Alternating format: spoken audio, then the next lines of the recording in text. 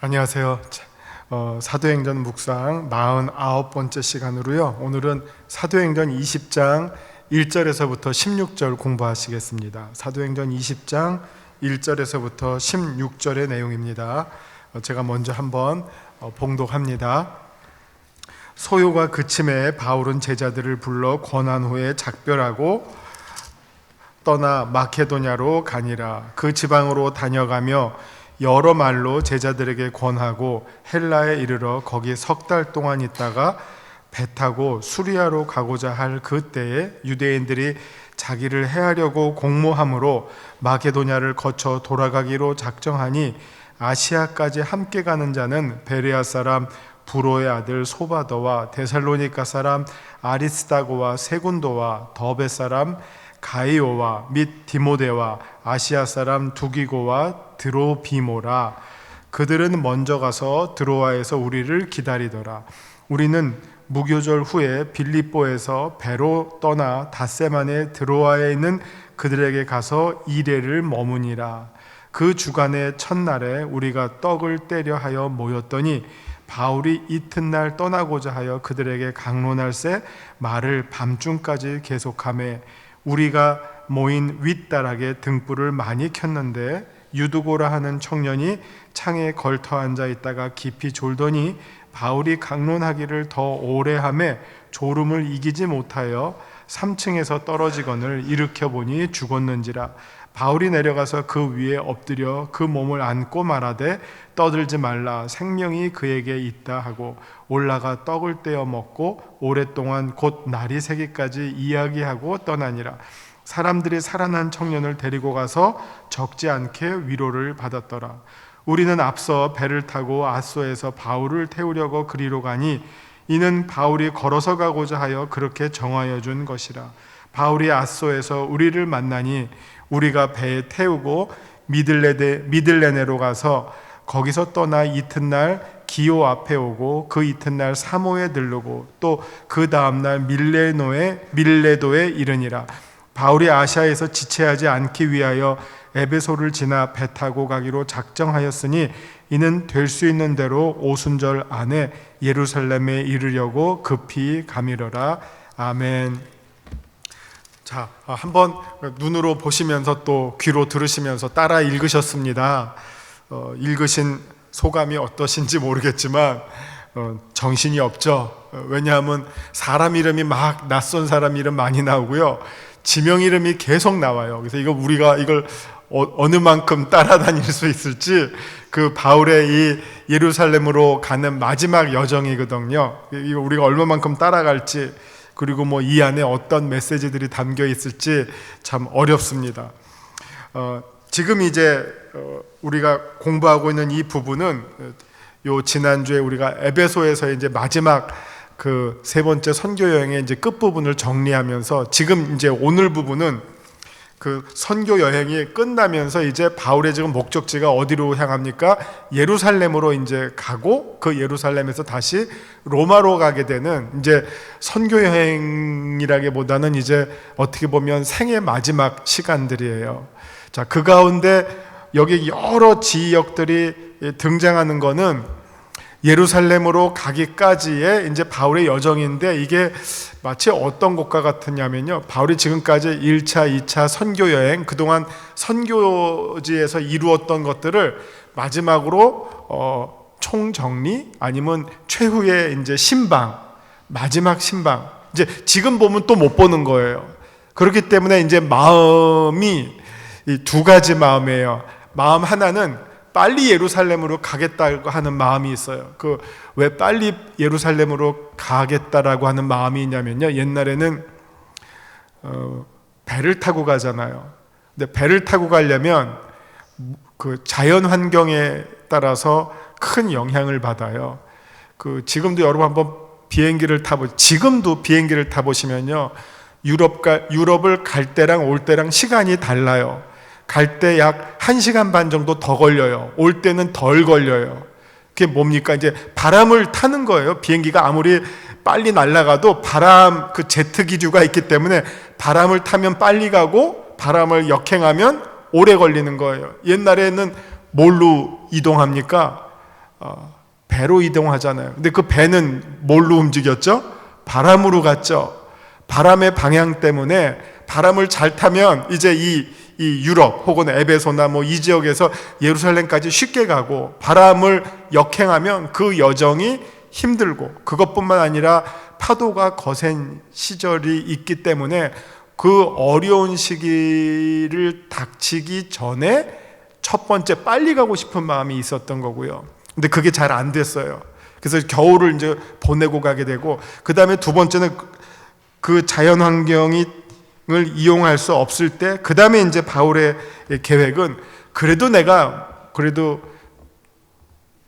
마지막까지는 오순절 전까지는 내가 예루살렘에 가야 되겠다라고 하는 자기가 이제 계획을 세우는 시점이 있어요. 그래서 이 전체적인 상황이 막 바울이 이제 마지막이기 때문에 여기저기 돌아다니면서, 그러나 마음으로는 급한 거예요. 이제 빨리 오순절 전까지 내가 예루살렘을 가리라 하는 이 바울의 마음이 오늘 이 본문에 드러나 있어요. 그러니까 그동안 선교에서 자기가 직접 간접으로 세웠던 여러 교회들 다 돌아봐야 하겠고, 그러면서 또 한편으로는 예루살렘으로 빨리 가야 되겠고 하는 이런 어떤 마음 때문에 여러 지점들이 계속 뭐 마케도냐 갔다가 다시 아시아 들어왔다가 다시 헬라로 갔다가 다시 뭐 아시아로 왔다가 뭐 배 타고 이렇게 이동하고, 또 그 가운데 뭐가 있었어요. 막 바울의 목숨을 노리려고 하니까 이 한 팀이 이제 찢어진 거 아니에요. 우리 무슨 사극에서 많이 나오는 것처럼 너는 일로 가고 나는 일로 가서 우리 저쪽 가서 만나자 하는 것처럼, 지금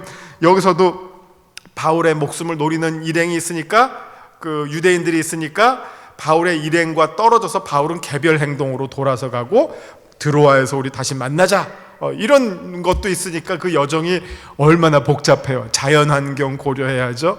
예루살렘에 빨리 가야 되겠죠. 그 가운데 또 생명을 노리는 암살단이 있으니까 이것도 피해서 또 도망가야죠. 이런 복잡한 상황 때문에 여러 지점들이 계속해서 지금 등장하고 있습니다. 그래서 뭐 처음에 마케도냐, 이게 지점이 딱 나오면 뭐 쉽지 않으시겠지만, 이 지점이 요거 지금 짧은 바다를 사이에 두고 요쪽으로 가면 유럽이고 요쪽에 가면 아시아이기 때문에 지금 자꾸 왔다 갔다 지금 넘나드니까 이 지점들이 자꾸 왔다 갔다 하는데, 마케도냐는 유럽이 되는 거 아니에요. 그 다음에 마케도냐에 좀 머물러 있다가, 그 다음에 중요한 거는 이제 4절을 보시면 아시아까지 함께 가는 자는, 이런 표현이 나옵니다. 사실 이게 사도행전 20장만 보면 이게 무슨 말이지 하는 생각이 듭니다. 아시아까지 함께 가는 자는, 그리고 이제 이름이 쫙 나와요. 베레아 사람 부로의 아들 소바더와, 데살로니가 사람 아리스타고와 세군도와, 더베 사람 가이오와 및 디모데와, 아시아 사람 두기고와 드로비모와, 이렇게 등등등등 여러 지역과 이름이 나오죠. 이제 오늘도 여러분 설교 들으실 때 알렉산더와 루포의 아버지 구레네 시몬이 등장하거든요. 옛날에는 이름이 그 성과 이름이 아니었어요. 그냥 이름 하나였어요. 성이 없었어요. 그러면 그 이름을 구분하려면 두 가지가 필요해요. 그가 어디 출신이냐? 구레네 출신이다. 혹은 그의 아버지를 말하든지, 뭐 주로 아버지를 말했는데 이 구레네 시몬 같은 경우는 아들을 통해서 소개가 되는데, 알렉산더와 루포의 아버지 구레네 출신의 시몬이 예수님의 십자가를 대신 졌다. 이렇게 이제 누구를 소개할 때 나오는 것처럼 여기에도 여러 이름이 나오는데 이게 지금 성이 없어요. 이름만 나오는데 그 사람을 조금 더 정확하게 표현하기 위해서 어디 출신 이렇게 쭉 계속해서 나오죠. 여기 이제 그러면 아시아까지 함께 간다라는 이 표현이 뭔지, 이게 이 본문만 읽어서는 이해할 수가 없어요. 그래서 우리가 여러 번 말씀드리지만 사도행전을 읽을 때는 여러 가지로 그 이때에 해당되는 바울의 다른 책들을 함께 읽어야지 도움이 된다고 말씀드렸습니다. 이 아시아까지라고 하는 목적지가 아시아인데요. 이 뭐 한국, 뭐 중국 이렇게 생각하시면 안 되고, 이 여기에 나오는 아시아로 지목된 곳은 예루살렘이에요. 지금 바울이 목적지가 어디죠? 예루살렘을 향해 가고 있어요. 그래서 지금 예루살렘이 아시아에 있는데 팔레스타인까지는 아시아잖아요. 그래서 거기로 가는데 그럼 왜 지금 예루살렘으로 가죠? 그걸 이제 알아야지 지금 바울의 여정의 이유를, 목적을 이해하시죠. 예루살렘이 큰 기근이 들고 어려웠어요. 이게 초대교회에 일어난 아주 특별한 사건 가운데 하나예요. 그래서 어떤 일이 일어납니까? 선교지에서 예루살렘은 어떻게 보면 모교회잖아요. 마더처치고 본부고 지점들이 쫙 아시아와 헬라에 흩어져 있잖아요. 선교된 젊은 교회들, 어린 교회들. 근데 예루살렘 모교회가 어렵다고 하니까 선교지에 있는 교회들이 헌금을 했어요. 예루살렘 성도들을 돕자 우리가. 그래서 모은 헌금을 가지고 바울이 가요. 공식적인 반문이에요. 그래서 예를 들어서 영색교회에서 헌금했다 그러면 영색교회의 대표가 대동하는 거예요. 한 사람 혹은 두 사람. 그 다음 또 어디를 얘기할까요? 경동제일교회? 거기서 또 헌금했다면 그 교회 대표가 또 대동하는 거예요. 그래서 여기 보시면 7교회가 7지역이 모금을 해서 그거를 가지고 바울이 그 교회 대표들과 함께 예루살렘을 방문하는 여정이에요. 지금 이 길이. 이것만 보면 이제 알 수 없지만 이게 이제 예를 들어서 고린도전서 16장을 한번 보실까요? 고린도전서 16장. 고린도전서 16장 보시면 1절부터 성도를 위하여 연보에 관하여는 쭉 이렇게 나오죠. 그 다음에 3절 보면 내가 이를 때 너희가 인정한 사람에게 편지를 주어 너희의 은혜를 예루살렘으로 가지고 가게 하리니. 이게 지금 고린도 교회에 얘기한 건데요. 우리가 헌금을 모아서 예루살렘으로 가게 하겠다. 근데 고린도 교회는 헌금을 안 했어요. 근데 다른 교회들은 많이 했어요. 지금 여기 헌금한 교회들이 나오죠. 베레아, 그 다음에 데살로니가, 그 다음 아시아에 있는 사람들, 여러 7지역들이 헌금을 해서 이제 그 대표들을 데리고 예루살렘으로 가고 있는 여정이 지금 오늘 이 20장의 상황이에요. 그 와중에 여러 선교지에 했던 지역을 방문하고 거기서 또 헌금을 모아서 가고 하는 그런 과정입니다. 그래서 여기 지금 여러 이름이 나와요. 여기 몇몇 이름은 우리가 이미 알고 있고 또 들어보았던 이름인데요. 아주 초대교회에 어떻게 보면 그 내면을 볼 수 있는 중요한 그 어떤 그 시점이, 그 어떤 요소가 있어요. 그게 뭐냐면 4절에 데살로니가 사람 아리스다고와 세군도라는 이름이 나와요. 자, 데살로니가 교회는 아주 좋은 교회였어요. 복음을 아주 빨리 받아들이고 잘 성장했던 아주 모범적인 교회 가운데 하나인데 그 교회가 헌금을 하면서 그 교회의 대표자를 2명을 뽑았어요. 2명. 그게 그 2명의 이름이 아리스다고와 세군도라는 말로 나와요. 사람의 이름이.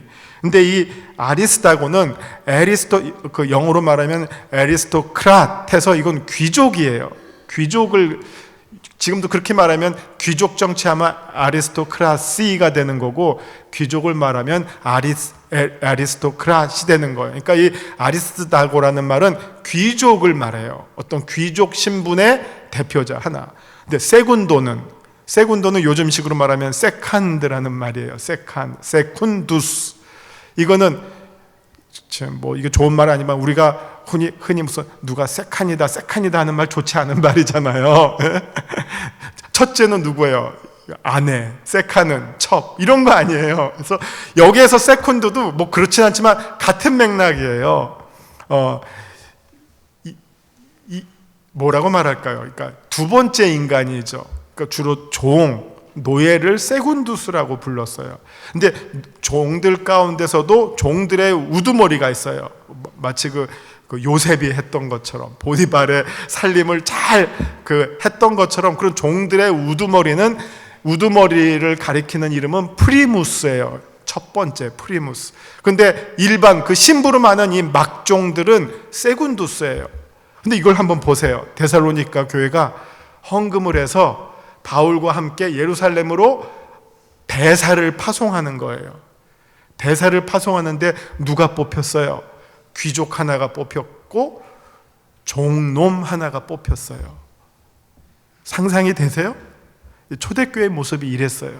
그러니까 이거는 이 데살로니가 교회에서는 어떻게 보면 그 초대교회를 대표할 때 2000년 전에 노예의 신분이 어떻게 보면 기독교 공동체 안에서는 이 형제 자매로 무너졌다는 거를, 뭐 무너졌다고까지 말하는 거는 너무 센 말이지만 그게 거의 차별이 없이 교회 안에서는 우리가 다 하나님 안에서 한 형제고 자매입니다. 신분의 높고 낮음이 없이. 우리 빌레몬서를 보시면 아시잖아요. 오네시모. 그러니까 비록 그 제도가 있었지만 그 안에서는 정말 누가 더 높고 낮고가 아니라 우리가 다 한 형제입니다 하는 거를 볼 수가 있어요. 여기 이름이 사실은 그냥 아리스다고 세곤다, 그냥 두 사람이 어떤 사람 모르는 사람 같구나 하지만 그 이름을 보면 그 안에 귀족을 이 한 사람, 야 우리 교회 이렇게 했으면 귀족이 한 사람 가고 그 다음에 또 노예로서 성도들이 있는데 또 그들을 대표하는 사람을 하나하나씩 보내자 하니까 지금 생각해 보면 얼마나 이 혁명적인 생각이에요. 앞서가는 생각이에요. 사실은 이게 기독교란 말이에요. 우리가 정말 참 기독교의 정신을 못 살리고 그냥 예수를 껍질만 믿고 막 그런데 이게 정말 기독교의 진짜 모습이고 진짜 정신이고 이게 진짜 생명이에요. 얼마나 이게 정말 당대 사람들이 생각할 수 없었던 일들을 그리스도인들이 해내고 그거를 실천했다는 걸 우리가 보게 됩니다. 자, 이렇게 이 사람들이 또 이것도 특이하잖아요. 그 어떻게 보면 약한 교회들이 오히려 거꾸로 모금을 해서 그 모교회 헌금을 하는 거니까 이거 보면 정말 초대교회들이 얼마나 정말 그 복음 안에서 든든하고 건강하게 세워졌는지 뭐 받기만 하는 게 아니라, 그래서 우리 다음 주에 보면 그 말씀 가운데 우리 주님께서 친히 가르치신 바 받는 사람보다 주는 사람이 더 복되다, 이걸 지금 이 선교지의 교회들이 실천하고 있는 거예요. 우리 받는 게 아닙니다. 우리가 비록 약하지만 우리도 주겠습니다 하는 것을 실천하는 것을 보게 됩니다. 그 다음에 이제 잠깐 에피소드가 있는데 그 7절부터 유두고의 사건이 나옵니다. 7절을 시작하는 말씀이 그 주간의 첫날에, 이게 표현이 긴데 이거 간단하게 말하면 무슨 말입니까? 그 주간의 첫날에, 주일에라는 말이죠. 주일에. 그 주일이라는 말은 다시 말하면 무슨 말이죠? 안식일이 아닌 그 다음 주일에. 이 말은 이미 이때도 초대교회에서부터 성도들이 예배드리는 날이 안식일이 아니라 주일날 예배드렸다 하는 것을 볼 수가 있어요. 그 다음에 떡을 떼려 하여 모였더니, 이게 사도행전에 초대교회에서 떡을 떼려 하려라는 이 표현은 이게 한글로 이렇게 표현되니까 그냥 이렇게 나오지만 이 표현은 아주 독특한 표현이에요. 이건 뭐냐? 성찬식 한다는 거예요.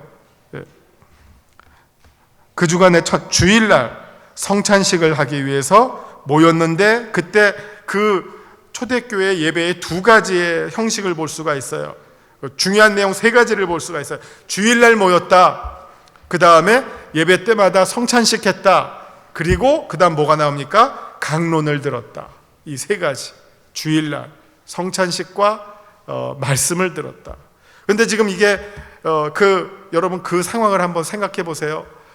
이게 어떻게 보면 이 지역에 해당되는 바울의 마지막 설교예요. 그러니까 뭐 한 10분 하고 끝내겠어요? 오늘이 마지막인데. 정말 옛날에 뭐 누가 할 일은 많고 세상은 좁다고 했는데 할 말은 많고 시간은 짧다죠. 그러니까 바울이 그 복음을 간절한 마음으로, 지금 들으면 끝인데 이제 그 다음에 내가 이들 앞에서 다시 복음을 전할 기회가 없는데, 그래서 안타까운 마음으로 간절한 마음으로 하나라도 더 가르치려고 밤새도록 하게 된 거예요.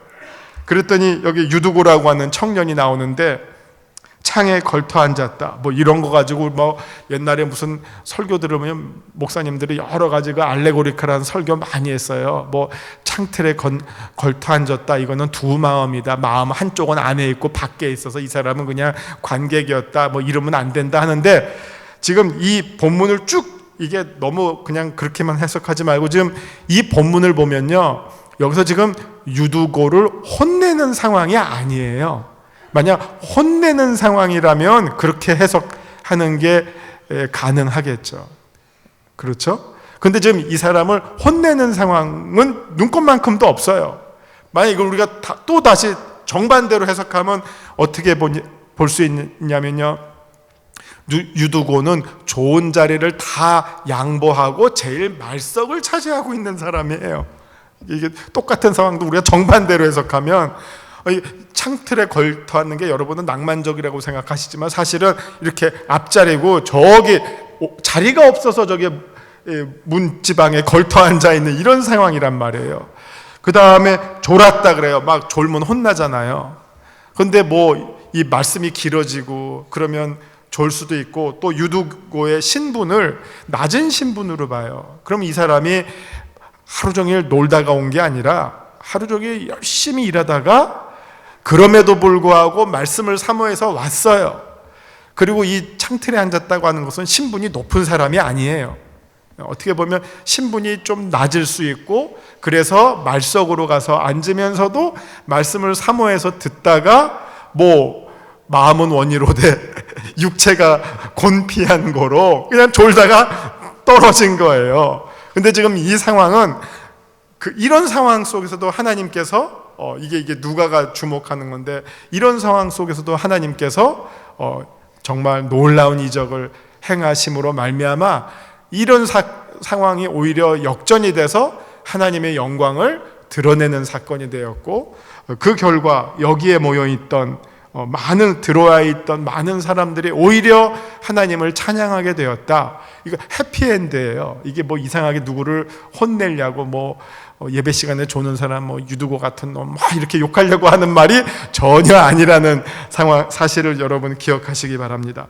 자, 그렇게 해서 이제 이 드로아에서의 어떻게 보면 좀 해피엔드로 끝난 좋은 해프닝이죠. 이게 끝나고 이제 바울이 밀레도로 가게 됩니다. 그 다음에 이제 우리 다음 주에는 밀레도에서 이루어지는 바울의 마지막 그 에베소 장로들과의 작별 설교인데, 정말 어떻게 보면 사도행전에서 뭐 저는 개인적으로 너무 아름다운 장면이고 너무 가슴 아프고 애틋한 장면이라고 생각이 돼요. 그래서 다음 주에는 이제 이 내용을 보시게 됩니다. 자, 다음 주가 아닙니다. 이제 많이 오셨기 때문에 제가 잠깐 광고하면, 제가 2주 정도 저기 미국으로 출장을 갑니다. 2주는 우리 목사님들이 다른 주제로 하실 거고요. 2주 후에 제가 돌아와서 다시 여기 합니다. 그러니까 기억하시고요. 다음 2주도 열심히 또 새로운 주제로 공부하시기 바랍니다. 자, 우리 이제 유인물 보시면서 제가 설명해 드리겠습니다. 정리해 드리겠습니다. 마지막으로요. 말씀 요점입니다.